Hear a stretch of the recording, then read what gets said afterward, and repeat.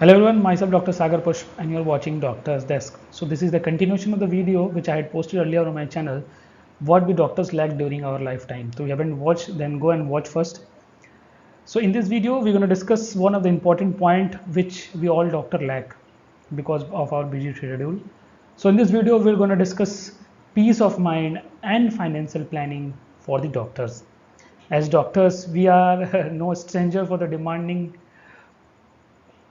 and often stressful nature of our profession. While we work tirelessly to provide the best care for our patients, it's easy to overlook your own financial well-being and the impact it can have on our peace of mind. So in this video and upcoming videos, we'll have our expert, and with him we'll explore the relationship between the peace of mind and the financial planning specifically for doctors. So we'll discuss the unique, we're going to discuss all the important points regarding the financial planning, and we'll discuss the unique financial challenges that doctors face and how they can impact on our peace of mind. So he's going to explain everything and he's going to provide you the practical strategies and tools for financial planning. So hope all these things will gonna help you in your future and for proper financial planning. So before introducing our guest, I want to quote on one quote, that is, don't save what is left after spending, but spend what is left after saving. It's written by the Warren Buffett. So in today's video, we'll have Utkar Doshi.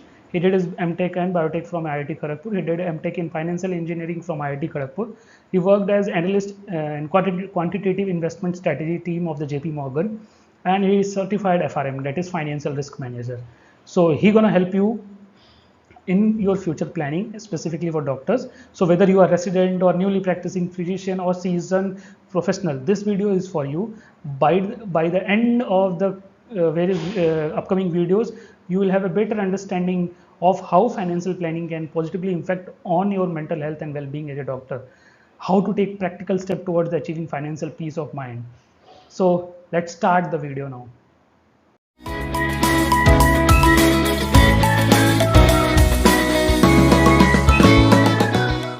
Now, with Utkarsh Doshi, we'll discuss the relationship between the peace of mind and financial planning, specifically for doctors. So now I will hand over to Utkarsh Doshi. He'll continue this. Thank you, Dr. Sagar, for the kind introduction. So basically, this being an introductory session, मैं आज थोड़े से basics के बारे में about financial planning, why is it important for a layman and why it should matter for a doctor as well. उसके बारे में थोड़े से pointers मैं रखूँगा. तो let's start. I'll start with a presentation of mine.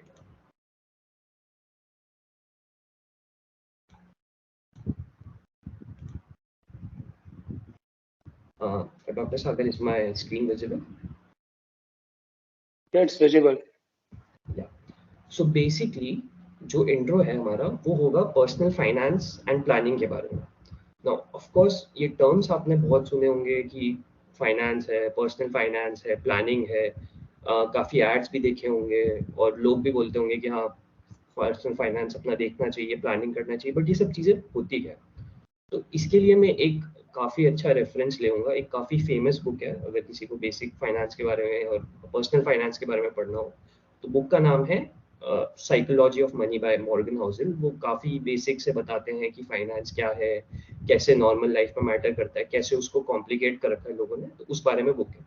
तो उसमें वो एक चीज़ बोलते हैं कि दो चीज़ें होती है जिसके बारे में हर इंसान को अपना ध्यान रखना चाहिए, but most of the people उसको इग्नोर करते हैं. वो होता है खुद का फाइनेंस और खुद का हेल्थ. नाउ कंसिडरिंग कि मैं अभी डॉक्टर सागर के साथ बात कर रहा हूँ, जो डॉक्टर हैं वो खुद मतलब आई गेस अटेस्ट कर पाएंगे ये चीज़ की काफ़ी लोग खासकर इंडिया में स्पेशली अपने हेल्थ के बारे में जितना ध्यान रखना चाहिए, रेगुलर चेकअप्स करने चाहिए, वो नहीं करते हैं. और मैं कहूँगा एग्जैक्टली सेम चीज़ फाइनेंस के लिए भी एप्लीकेबल है कि काफ़ी लोग होते हैं और इंडियन कल्चर में भी बोला जाता है कि हाँ मनी पे फोकस ज़्यादा नहीं होना चाहिए, and I totally agree with it कि पैसे पे ज़्यादा फोकस नहीं होना चाहिए. The point with money is it's a tool. आपको जब पैसे की ज़रूरत होती है तो पैसे ही काम आता है, उस कारण अपने को पर्सनल फाइनेंस और प्लानिंग पे काफ़ी कुछ फोकस करना चाहिए.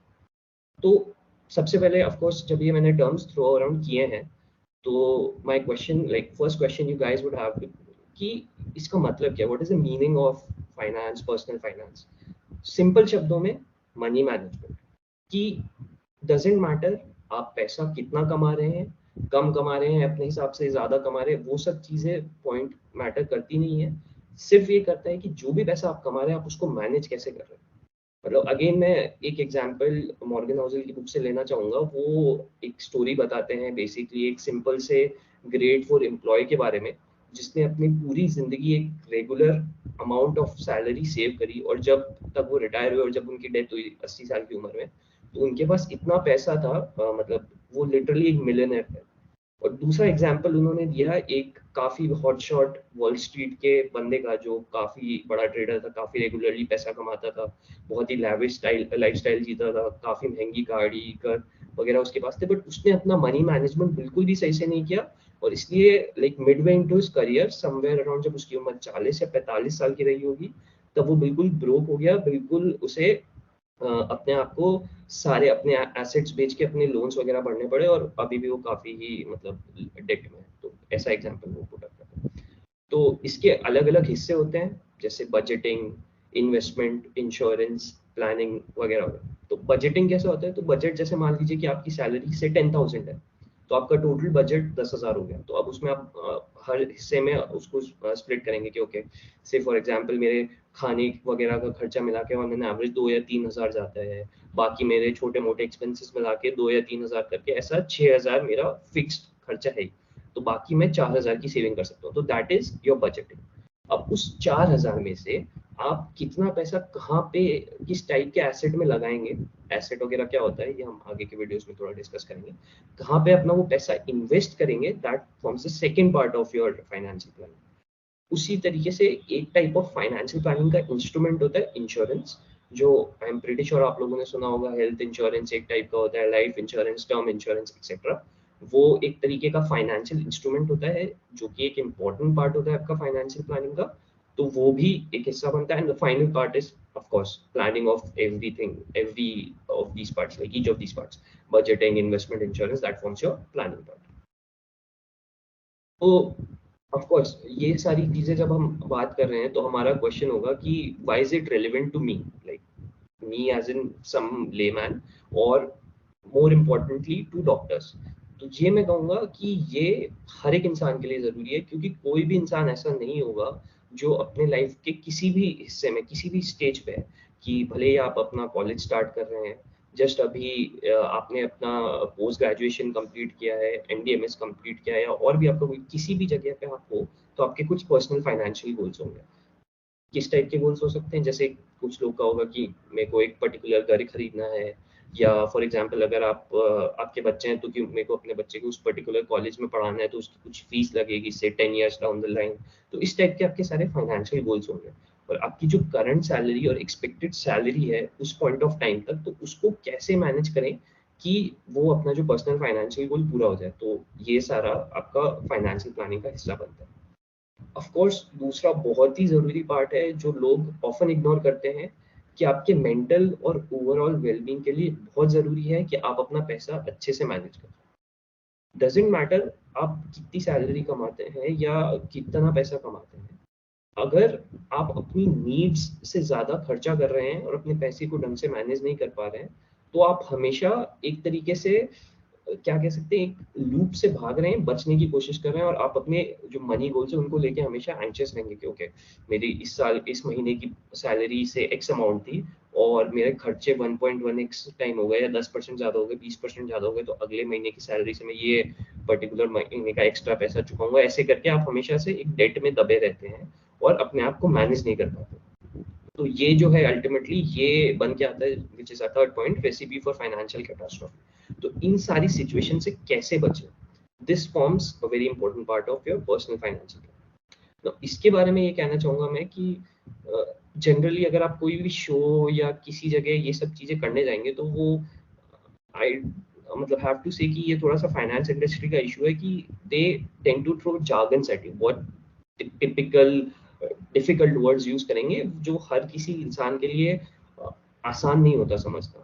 तो उस केस में हम यहाँ पे ये कोशिश करेंगे कि हमारे जो गोइंग फॉरवर्ड वीडियोस आएंगे उसमें जो बहुत कॉम्प्लिकेटेड टर्म्स है उनको इतना सिंपली समझा सकें कि मतलब आई गेस ये चीज मैं इस बारे में लाइक अल्बर्ट आइंस्टाइन को कोट करने की कोशिश करूंगा। आइंस्टाइन ये मतलब काफी टाइम कहा करते थे कि if you are not able to explain it to a 5 year old you basically don't know much about it. मतलब ऑफ कोर्स ये थोड़ा सा सिंप्लीफिकेशन है बट आपके कॉन्सेप्ट्स ऐसे होने चाहिए कि अगर आप एक 5 साल के बच्चे को समझा पा रहे हैं तो आप उस कॉन्सेप्ट को अच्छा सा जानते हैं। And what I believe is कि जितना पर्सनल फाइनेंस अपने को सीखना है वो ऐसे ही कॉन्सेप्ट्स होते हैं जो आप बेसिकली सिंपल शब्दों में नॉट 5 year olds बट बच्चों को भी समझा सकते हैं, उनको भी सिखा सकते हैं और एक छोटी उम्र से ही अच्छी फाइनेंशियल प्लानिंग की आदत उन्हें डाल सकते हैं। तो फाइनेंशियल प्लानिंग के बारे में क्या चीजें याद रखने की जरूरत है कि irrespective of what you have been told वो टफ नहीं है। खासकर आज की दुनिया में जहाँ पे हर चीज की इजीली एप्स अवेलेबल हैं, तो आपको किसी भी जगह इन्वेस्ट करना है तो आपको कोई किसी लंबी लाइन में लगने की जरूरत नहीं है। ऑफन टाइम्स तो घर से बाहर जाने की भी जरूरत नहीं है, आप बैठ के अपने फोन के थ्रू स्टैंडर्ड एप्स के थ्रू ज्यादातर चीजें कर सकते हैं। तो इट इज ईजी पर आपको डिसिप्लिन की जरूरत पड़ती है क्योंकि आगे मैं आपको एक कॉन्सेप्ट बताऊंगा पावर ऑफ कंपाउंडिंग, तो बताऊंगा कि it doesn't matter most of